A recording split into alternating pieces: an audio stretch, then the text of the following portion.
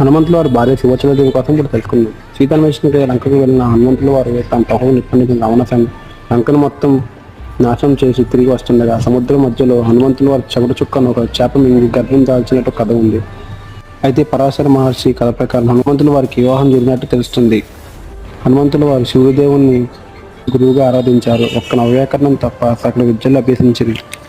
హనుమంతుల వారు బ్రహ్మచారి వలన నవ్యాకరణం నేర్చుకోలేకపోతారు. అప్పుడు సూర్యుడు త్రిమూర్తి సూచన మేరకు తన పుత్రిక అయిన శివచలాదేవిని హనుమంతుల వారికి వివాహం చేయాలని భావిస్తారు. దానికి హనుమంతుల వారు నిరాకరిస్తారు. తాను ఆజాను బ్రహ్మచారి కాబట్టి తన ప్రతిజ్ఞ భంగం కలుగుతుందని చెప్తారు. అప్పుడు సూర్యుడు గురుదక్షిణ కింద తన కుమార్తెను శివచలను వివాహం చేసుకోవాలని ఆజ్ఞాపిస్తారు. అంతేకాదు శివచలాదేవి దేవకని ఆమెను వివాహం చేసుకోవాలని బ్రహ్మచారికి ఎటువంటి నష్టం జరగదు.